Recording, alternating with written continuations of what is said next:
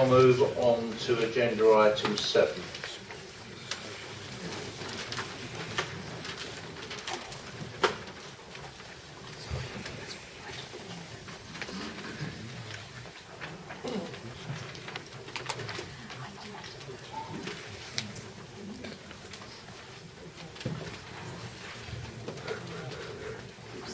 Call Councillor Baggott to respond, please.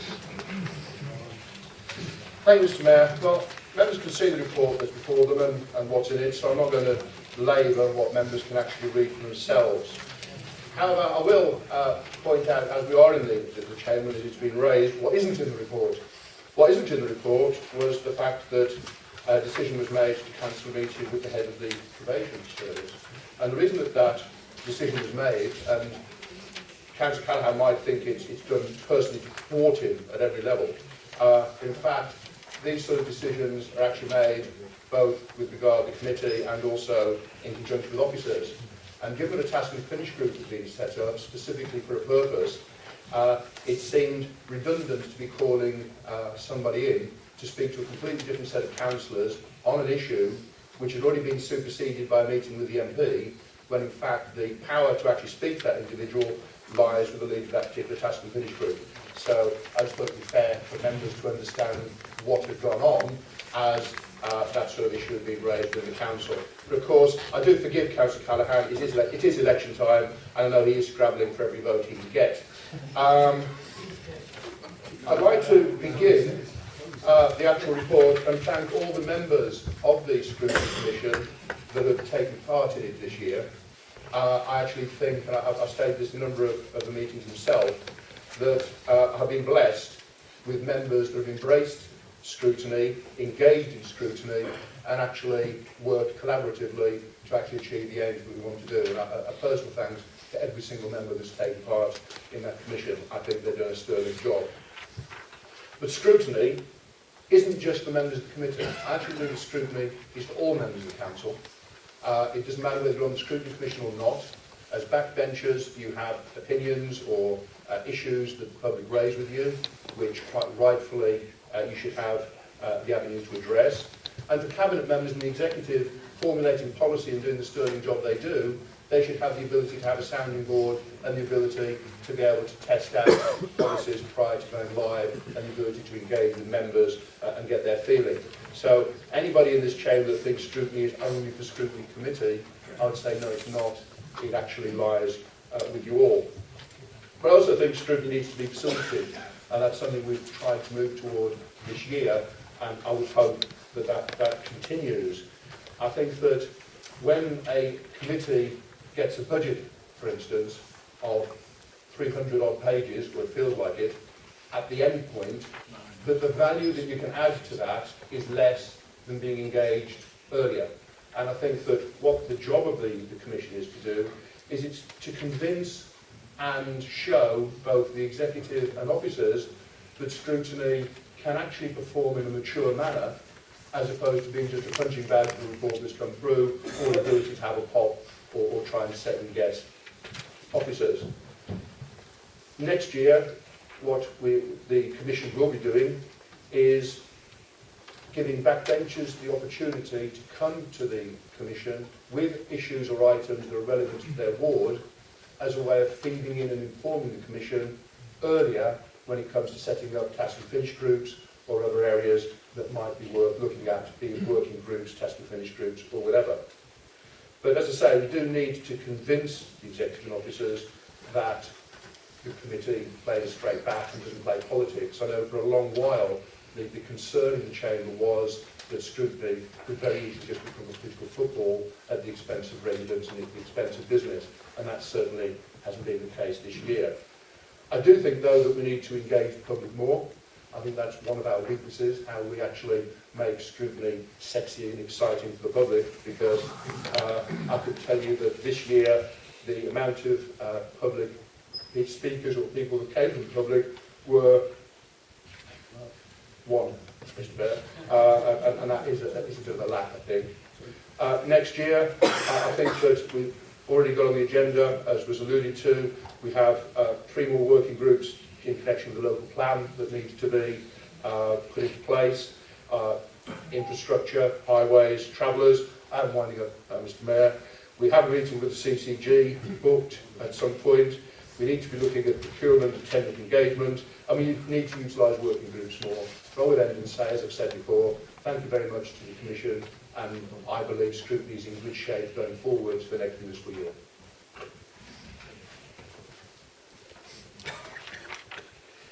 Next, Councillor. Thank you, Mr Mayor. I refer members to pages 55 to 58 of the agenda. At last night's audit in this committee, members felt at my request that members be able to read the speech in their agenda as it contains all the details. We have one more item to work on before the work of audit within this municipal year is concluded. And following that, Basildon Council has achieved something the European Union has never achieved in 20 years. Come next month, a fully audited set of accounts. And one thing we did audit on this is that we have so many trainees we bring on, we train up with the skills, and we lose them to other bodies. I just wish we'd lose them to the European Parliament if we're not successful in 2013. And I shall leave it there, Mr Mayor. Thank you.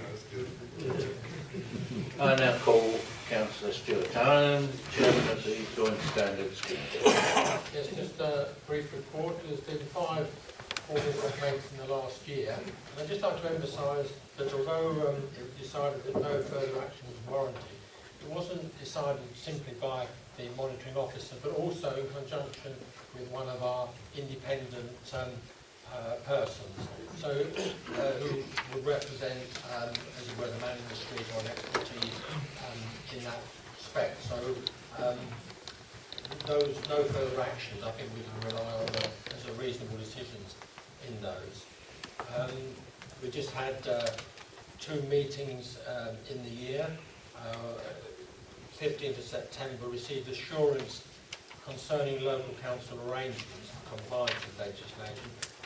Much of that assurance is based on the fact that councillors are trained and have a training record in the requirements of the standards expected of councillors, and that's a method that the council has an assurance or standards committee.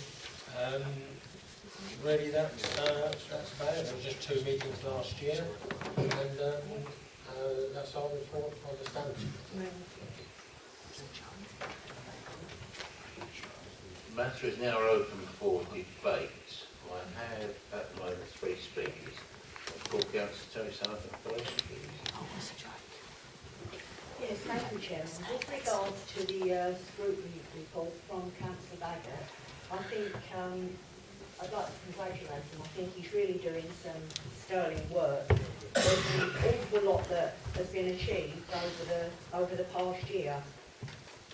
I've had a number of policies that have actually gone to the committee, to which Councillor Harrison has presided over, and I found the information and the feedback that I've had to inform us have made changes to those policies before they've actually gone through the cabinet. The task and finish reports are of really good quality. It proves that you're really drilling down and doing the work and putting some reports out so that we are aware of what the work of the council is doing. I was happy to attend the police briefing that Councillor Baggett held a couple of weeks ago, and I'm pleased to inform Council that at that meeting I informed the Chief Inspector there that there was no police representation on the Children's Committee, and I'm pleased to say that that's going to be resolved. So that's an outcome that if I'd attended that meeting and Councillor Baggett hadn't been involved, then obviously that wouldn't have happened. And I understand next week he's also got the Fire Authority consultation on his agenda. So I mean, it's just going to prove what a wide agenda he has and the work that the councillors are doing, which I thank you for. Thank you, Chairman. I now call Councillor David Harrison. I think it would be amiss of me if I didn't stand up and say tonight that Councillor Baggott has been a good example of a very good appointment by the leader of the council for someone to be chairman of the Overview and Scrutiny Commission. No, without his leadership, I don't think we would have had as much scrutiny this year as we have had, which is a hell of a lot more than the previous year. But, sorry Councillor Dad, but that's the fact. And you're out, yeah. But I think he has set the road for members. And it's up to members, all members, now to embrace scrutiny, because very few have actually turned up on a regular basis. And in fact, I've got to say this in praise of Councillor Alport Hodge, surprisingly. If she hadn't have raised the question of the OAN at my subcommittee, I don't think we may well have gone down the same road, but that made the progress into the scrutiny of the process of the local plan, which I think is very important. And most members took part in that at various stages, so that's an important thing that happened. And I just make the plea, you know, if you're fortunate enough to win your election in whatever category you're in, and then you get enough people here to actually vote you as leader again. It's a long road, this isn't. You get Councillor Baggott back as chairman of the Overview and Scrutiny Commission, but I'm sure with his leadership next year, we'll make much further progress. The scrutiny is very, very important with a cabinet system. Thank you, Councillor. I now call Councillor Alan Davies. Thank you, Mr Mayor. I've been immensely proud and privileged to be the first Labour councillor in 13 years to chair a committee of the council. I take this responsibility very seriously, and it was important from the start that I was act as a facilitative chair. Not to cut short debate or to try to race through the agendas, but to ensure that all members of the committee, regardless of political persuasion, had every opportunity to put forward their points and their views. I hope I succeeded in the same. Councillor Baggott states in the foreword to this report that he aims for scrutiny to be more forward-thinking rather than traditional, more reactive, critical friend. And from my experience, I believe this is happening. I feel that this makes for a better type of scrutiny that encourages members to participate more and aims for goals that can be achieved. With aims such as involving scrutiny early in the budget processes, exploring the council's options, and supporting plans for economic growth, and in addition, aiming to expand attendance with an open invitation to all members. These are initiatives that are providing a way forward.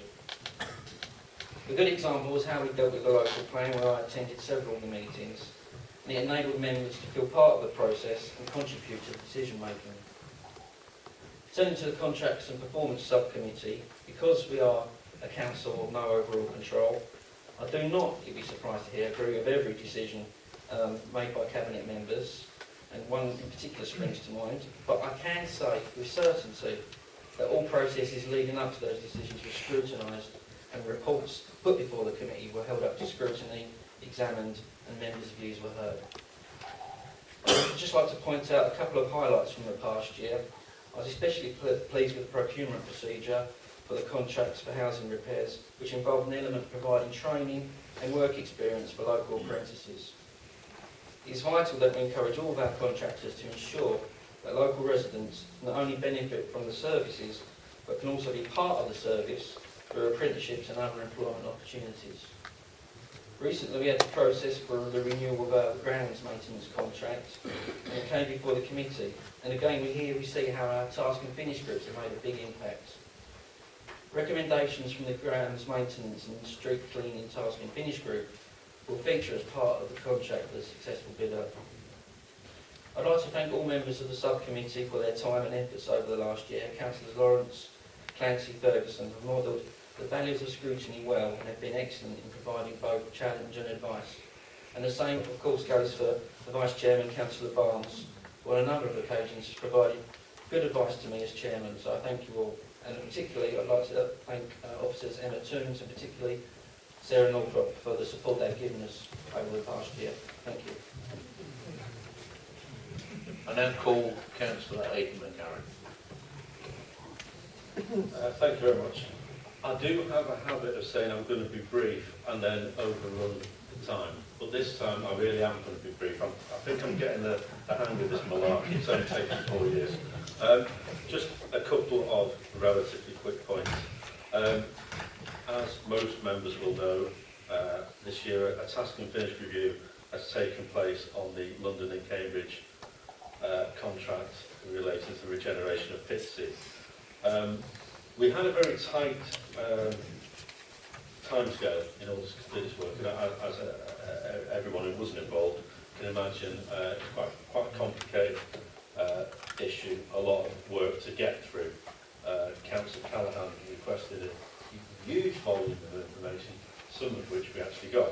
But we actually did, you know, despite the tight time frame we're operating under, get through the work, and actually things I never thought I'd say. I'd like to thank Councillor Kerry Smith for the way he chaired that task and finish group, because it was quite a challenge, but we did get through an awful lot in a relatively short space of time.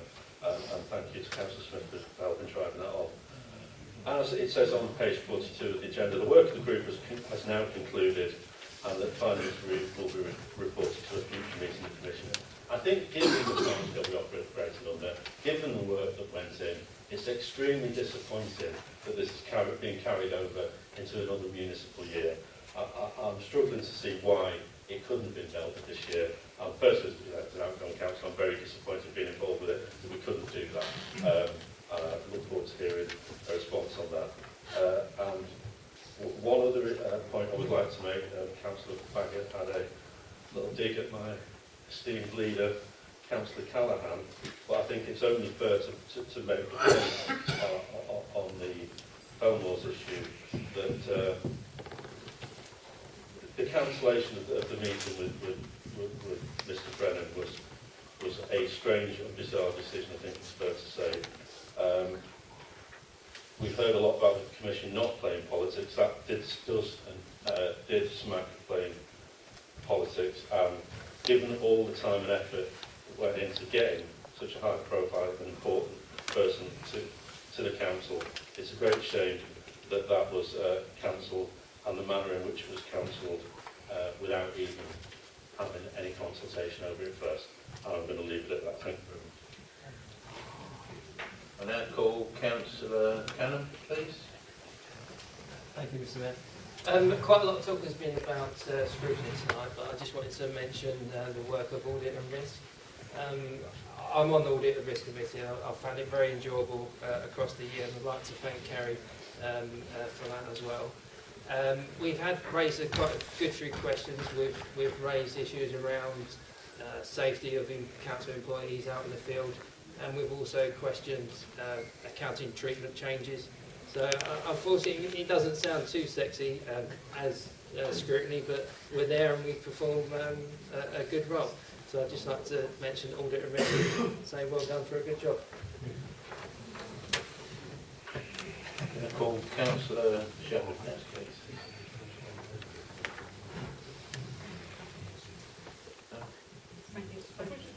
Oh, sorry. Thank you, Mr Mayor. I would just like to say, as having been on scrutiny this year, I've been very encouraged by the way that Councillor Baggett has approached it and the direction in which he's taken it. I found it encouraging and refreshing, and the engagement, or the attempted engagement, of other members in the process, I think is a very important thing, and I hope that will increase as the Commission goes on into the new year. I'm pleased to say too that I'm going to be involved on the working group on the review of the Constitution, and I hope that will be a useful process as well. I'm looking forward to continuing to be involved in the Scrutiny Commission in the coming year. Thank you. Thank you, Councillor. I now call Councillor Turner, please. Okay, I just want to thank both Chairman of Standards and of Scrutiny, who I think have done another good job for this year, despite the minor criticisms where maybe they... sorry? Yeah, can they? Yeah. Didn't I mention Kerry? You know, he was right at the front of my mind and I just skipped over him. So, and he's not an easy guy to skip over, look at him. Bless him. Sorry, apologies, Kerry, but I'd like to thank the Chairman for doing a great job. And if I could, for a moment, focus on scrutiny, because I think this is a bit of a success story. And I'm not sure that we're quite there yet. I think there may be a way to go. If you cast your mind back, even to the training we had when we brought in the committee system, nobody was quite sure of how scrutiny was going to work up and down the country, not just in Basildon. And nobody could fathom out, well, what was this all to do? Because you've got the administration, they're going to be part of the scrutiny, they're just going to stifle everything. And I have to say maybe that to start with, that might have been something that happened. You know, you were looking after your interests. And over time, it's evolved. Now, I can't claim credit for all of the good work that Councillor Baggett's done, but what has happened is Councillor Baggett's been given his head. He's free from political interference as far as the leader goes. I have very few conversations with him. I definitely don't direct him, and he is his own man. And I think that's to his credit, because what he's been able to do is work with members across party who come with not necessarily the political angle, but a vested interest in doing what's right for the council, for the borough, and of course, more importantly, for the residents. And as a result of that fresh eyes approach, impartial approach you might even call it, we've had some really good work. If I can claim any credit, it's been given scrutiny its head, non-political. We've got nothing to hide as a council, certainly nothing to hide as an administration. And the more we can put through scrutiny to actually get the real, if you like, the real nuggets out of scrutiny to make the council work better, more efficiently. And it doesn't matter whatever you choose, whether it is the procurement, task and finish, or even the Bow Hostel. And the Bow Hostel is a good one. And Councillor Councillor Callaghan knows that I'm fully supportive of his efforts, because he says it's a council issue. It is not a council issue, but we do have social equity in this to do what's right for our residents. That facility has nothing to do with the council. It's MOJ. Okay, we could leave it there, and in the past, maybe politically, we have left it there. But what I've said to Councillor Callaghan is, it's in your ward. You lead it as far as you can from a ward issue, and we will support you. And doing that, we've had the cabinet member who's been very supportive, and all credit to him, and also scrutiny lined up behind it. And if you look at it, you think, well, why didn't we do that before? You know, and again, we're not there yet with the Bow Hostel, but it does feel a bit like we're all starting to pull in the same direction with that. Whether we would get anywhere with it is another matter. And I don't want to ever mislead residents. But it's a problem for them, and you can call it a local issue, but it's a big local issue. And if we can use our influence as local representatives, then that's what we should do. Putting it through scrutiny, anything through scrutiny, with the task and finish, focus, hot housing the topics, I think it's a really, really good forum now. And I know 2 years ago there was a bit of, let's call it criticism, when we took away some of the scrutiny panels. But I think actually what it's done is it's driven a lot more effort behind what we've got left. And I can only think that that's a good thing for all of us. So, of course, credit to the chairman, but also credit to the members cross-party that have been part of that. And let's hope whoever is in administration, whoever is leader, I don't count my chickens before they're hatched, let's hope that we can continue that good work. Thank you. Do any of the councillors with Councillor Baggett, do you wish to wind up at all? Oh, I'll be very brief though, because our members have got lots of things they want to do.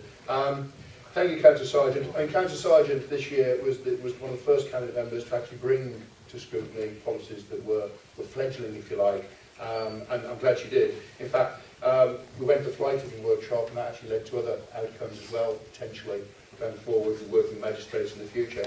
And she's a great example of the police meeting. What the police did say, for those that weren't there though as well, and it's something that we need to push forward, is how keen they were to engage with board members on a regular basis in order to get local intelligence and assistance.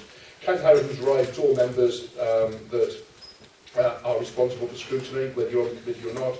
And Councillor Harris and Councillor Davis have been excellent chairmen this year, and they have done a difficult job that's been apolitical. And again, I thank them for that. The sources, and when I have officers turn around and say to me, we just don't have the time, I have to take on board they don't have the time. And while I'm ambitious and wanting to do scrutiny meetings nearly every day, that does eat into their time. And this year we did have more test and finish groups set up than I think the county's ever done before. What I'm doing is breaking the cycle though, or hoping to break the cycle, where test and finish groups have to operate only within the council cycle. What that means is they can be set up at any point, and members aren't going to have to be constrained to get them finished before the end of the municipal year. It's nice to hear the scrutiny of the Sexy Committee, because I never thought anybody ever said that about scrutiny. And Councillor Ferguson hoped engagements would increase, so do I, but it's up to every person in this chamber to ensure that that happens. And Councillor Turner said that we're not there yet, and I totally agree. But he made a very important point, because it was under his leadership that scrutiny was empowered. Scrutiny and the success of scrutiny is down to his foresight and his collaborative approach, which is his evidenced in the way he deals with members across the chamber. And it's where he actually wears his heart. I've had some people say that they think it's a ploy, but it really is. He is a collaborative chap. And it's because of him and because of that scrutiny is where it is, and I thank him for it. God bless you. Councillor Smith, do you wish Very briefly, Mr Mayor, I would just like to thank all of the members of the committee and the kind comments in the debate from both sides of the chamber. And if I carry on as chairman of audit and risk, subject to whatever happens at the next full council, I hope I can get that same positive working we've had this municipal year into the next municipal year, because we've done so much work, covered so many issues, and done them without any hesitation or party backbiting. We've got on with the job, and we've done it very well, I think, of all the members of the audit committee. Thank you, Mr Mayor. Thank you. Councillor Allen, do you wind up? No? A vote is needed on this. Can I have all those in favour, please show. Okay, that's carried. Notice of motions.